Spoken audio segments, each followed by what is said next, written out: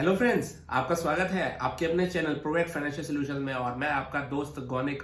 दोस्तों, आपको पता है पिछले दिनों में छुट्टियां मनाने गया हुआ था, तो वहां से आया तो बीमार हो गया था थोड़ा। अब मैं बेटर फील कर रहा हूं, तभी मैंने 2-3 दिन बाद वीडियो बनाई है। और आज मैं जिस शेयर के बारे में बात करने जा रहा हूं वो उसने मल्टी बैगर बन के दिखाया है। पिछले 20 सालों के अंदर बहुत अच्छे रिटर्न्स दिए हैं। गैस कीजिए किस शेयर के बारे में बात कर रहा हूं। गैस कैसे करोगे? मैंने कोई गैस दिया ही नहीं आपको अभी, राइट। इस शेयर को मैंने कुछ महीने पहले अपने ग्रुप में पोस्ट किया था कि आप इसको बाय कर सकते हैं। उसके बाद इस स्टॉक का स्टॉप लॉस हिट हो गया था, बट मैंने एग्जिट की कॉल नहीं दी थी इसके अंदर तब भी, क्योंकि मुझे लगता था कि मार्केट रिकवर करेगी तो ऊपर आ जाएगा। पीछे आपने देखा ही था 3-4 महीने पहले मिड कैप और स्मॉल कैप में बहुत गिरावट आ गई थी, तो उसके कारण ये शेयर नीचे आ गया था। बट इस महीने की स्टार्टिंग में ही, जनवरी में ही, ये 40% के रिटर्न अभी तक दे चुका है। और इस महीने को शुरू हुए भी 10 दिन हुए हैं। 10 दिन में भी सैटरडे संडे है, आपको पता ही है। तो शेयर का नाम है ग्रीव्स कॉटन, और ग्रीव्स कॉटन की स्टडी करते हैं। Let's get started. Greaves Cotton is one of the most diversified engineering companies in India with core competencies in diesel, petrol engines, diesel generator sets, auto spare parts, and farm equipment. Greaves is a diversified engineering company and a leading manufacturer of clean tech powertrain solutions, that is CNG, petrol and diesel engines, generator sets, farm equipments, E mobility, मतलब ये E sector में भी आ गया है। ई समझते हैं ना आप, इलेक्ट्रॉनिक मोबिलिटी में भी ये कंपनी उतर चुकी है।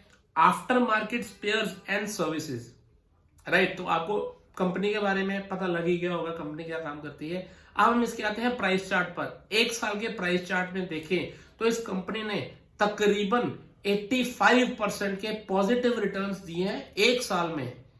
समझ रहे बात? एक साल में 85% के रिटर्न्स ये कंपनी डिलीवर कर चुकी है।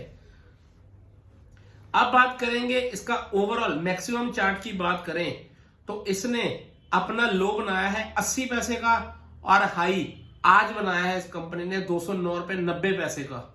और इस डरेशन में इस कंपनी ने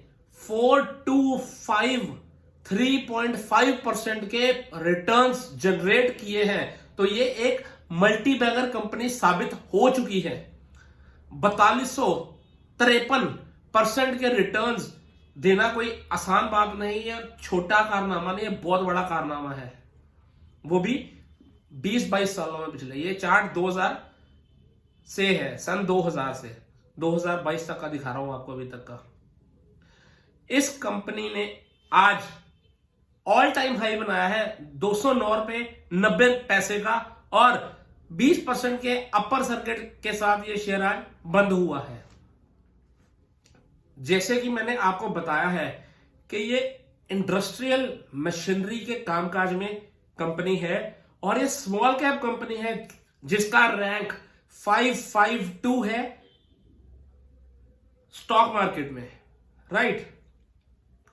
अब इसके नेगेटिव और पॉजिटिव्स की बात करते हैं। इसका करंट प्राइस इंट्रिंसिक वैल्यू से ज्यादा है, मतलब ये हमें अब महंगे में मिल रहा है शेयर। रिटर्न्स वर्सेस एफडी, इस कंपनी ने एफडी से बेटर रिटर्न्स जनरेट करके दिए पिछले सालों में। इस कंपनी ने डिविडेंड भी अच्छा दिया है पिछले दिनों में, मतलब ये गुड डिविडेंड पेइंग कंपनी है। अभी ये सही टाइम नहीं है इसको बाय करने का, क्योंकि स्टॉक ओवरबॉट जोन में है। No red flags, stock ASM या जीएसएम की लिस्ट में नहीं है, और प्रोमोटर की होल्डिंग प्लेज नहीं है, और अगर है तो बहुत कम है।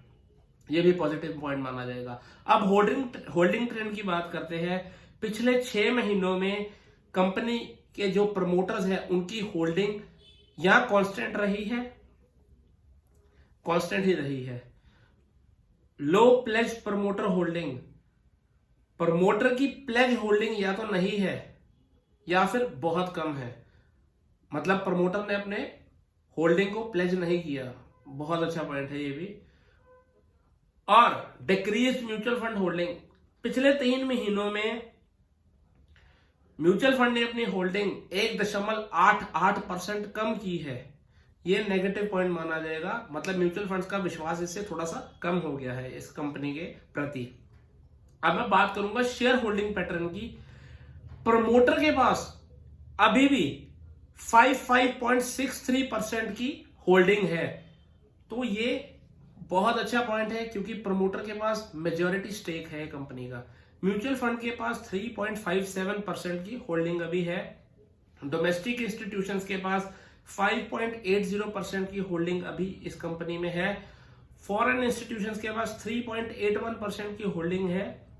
रिटेलर्स एंड अदर के पास 31.2% की होल्डिंग अभी है इस कंपनी में एज ऑफ सितंबर 2021।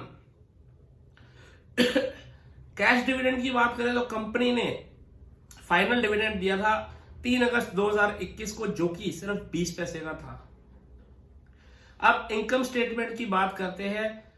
Lower than industry revenue growth over the last 5 years revenue has grown at a yearly rate of -2.23%। तो इसका जो ग्रोथ हुई है -2.23% हुई है versus industry average of 2.37%।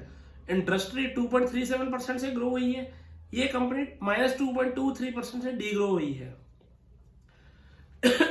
Decreasing market share over last 5 years market share decrease from, इस company का market share भी कम हुआ है 3.61% से 3% पे मार्केट शेयर कंपनी का आ गया है। दोनों पॉइंट नेगेटिव जाएंगे। मेरे पापा की कंपनी तो है नहीं कि मैं इसके बारे में पॉजिटिव बोलता जाऊं, आपको नेगेटिव भी तो बताने ना मेरे को, ठीक है।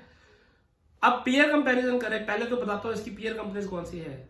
Cummins India, Thermax limited, Grindwell, Norton limited.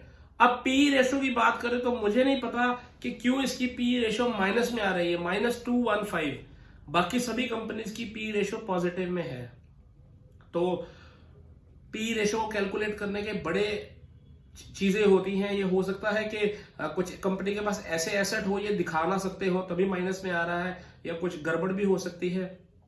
तो ये तो आपको सीए या मैं इसकी फर्दर स्टडीज करके आपको आगे बताऊंगा। पीबी रेशो के आधार पर ये बाकी अपनी पीयर कंपनी से सस्ते में मिल रही है, बट अभी भी महंगी ही है ये, राइट। डिविडेंड यील्ड की बात करें तो बाकी पीयर कंपनी से सबसे कम डिविडेंड ये कंपनी देती है। जो भी पीयर कंपनीज यहाँ पे आ रही है उससे सबसे कम डिविडेंड ये कंपनी दे रही है। फॉरकास्ट एंड रेटिंग की बात करें तो 67% एनालिस्ट इसको बाय की सलाह दे रहे हैं सभी को, राइट। 67% एनालिस्ट। अब हम बात करते हैं टेक्निकल चार्ट की। टेक्निकल चार्ट पे आप देख पा रहे हैं इस शेयर ने inverse head and shoulder pattern का ब्रेकआउट दिया है। आप कहेंगे यार सभी शेयर जो लेके आते हैं उसका इनवर्स हेड एंड शोल्डर का ब्रेकआउट आता है। भाई मुझे दिखता ही यही है, मैं जो शेयर पकड़ता हूं मुझे इसमें इनवर्स हेड एंड शोल्डर दिख जाता है। इसने आज इसका ब्रेकआउट दे दिया है, राइट। और इसका जो ब्रेकआउट का लेवल है वो 176 से 178 जो लेवल था इसका, वो रेजिस्टेंस का लेवल था। 2017 को भी ये रेजिस्टेंस बनी थी, बट आज इसने मारूबोजू बहुत बड़ी कैंडल नहीं कैंडला बना के ब्रेकआउट दिया है। और फर्दर आगे जो इसके सबसे पहले टारगेट 1 आ रहा है वो 228 से लेके 230 रुपए का आ रहा है, राइट। और अगर स्टॉप लॉस की बात करें तो 172 इसका रहेगा स्टॉप लॉस। और करंट रेट से अगर हम देखें कि 230 रुपए की या 228 रुपए की अपसाइड हमें कितने परसेंटेज में ग्रो करेंगे, तो तकरीबन 9 से 10% की upside for target 1 is still intact.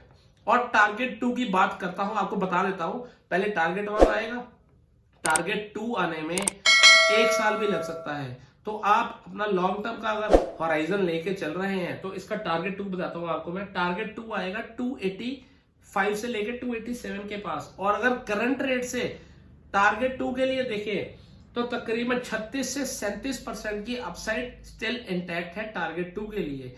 और टारगेट 2 के लिए स्टॉप लॉस सेम रहेगा 172, बट उसके लिए आपको बहुत पेशेंस चाहिए। मैं आपको बताया है 4-5 महीने पहले मैंने ये शेयर को रिकमेंड किया था, बट काफी क्लाइंट्स ने इसको एग्जिट कर दिया क्योंकि लोगों के पास पेशेंस ही नहीं है भाई। मार्केट तो सिर्फ आपकी पेशेंस टेस्ट करेगी, पैसा वही कमाएगा जो पेशेंस रखेगा। नहीं तो वो पेशेंट होके बाहर हो जाएगा। पेशेंट समझ रहे, मरीज। लोग देख देख के इसको मरीज हो जाते हैं, यार बढ़ा नहीं, यार बढ़ा नहीं, यार बढ़ा नहीं, 3 दिन नहीं बढ़ा, 6 दिन नहीं बढ़ा, हफ्ता नहीं बढ़ा। ओ भाई साहब, जब एफडी कराते हो तो 1 साल का टाइम देते हो ना। शेयर में क्या हो जाता है, शेयर में आपको ओवरनाइट मतलब वो बनना है, करोड़पति बनना है, और टाइम लगता है भाई साहब, टाइम लगता है चीजों को। समझते नहीं यार बात को। अब ये चार्ट पे, टेक्निकल चार्ट पे अगर मूविंग एवरेज की बात करें, 50 डे, 100 डे, 150 डे, 200 डे की मूविंग एवरेज के ऊपर शेयर ट्रेड कर रहा है, ये बहुत पॉजिटिव पॉइंट है इसके लिए। मतलब हर्डल नहीं है, अब ऑल टाइम हाई पे चल रहा है, ऊपर रेजिस्टेंस का लेवल कोई है नहीं, ठीक है, हर्डल कोई है नहीं, कहीं पे भी जा सकता है ये। हो सकता है कल ही अपना टारगेट 1 दे दे, हो सकता है इसको 10 दिन लगाए, 15 दिन लगाए, 20 दिन लगाए। मैं कोई नास्त्र समझ तो हूं नहीं कि मैं आपको भी बता दूं भाई साहब ये कहां पे जाएगा। एक प्रेडिक्शन होती है हमारे पास, टेक्निकल चार्ट्स हम देखते हैं, ये थोड़ा ना कि हमारे नाना जी की कंपनी है ये आपको बता रहे हैं कल चढ़ेगी या परसों चढ़ेगी, एक प्रेडिक्शन दे दी आपको। अब बात करते हैं इंडिकेटर्स की। इंडिकेटर में सबसे पहले आता है MACD, moving average conversion diversion.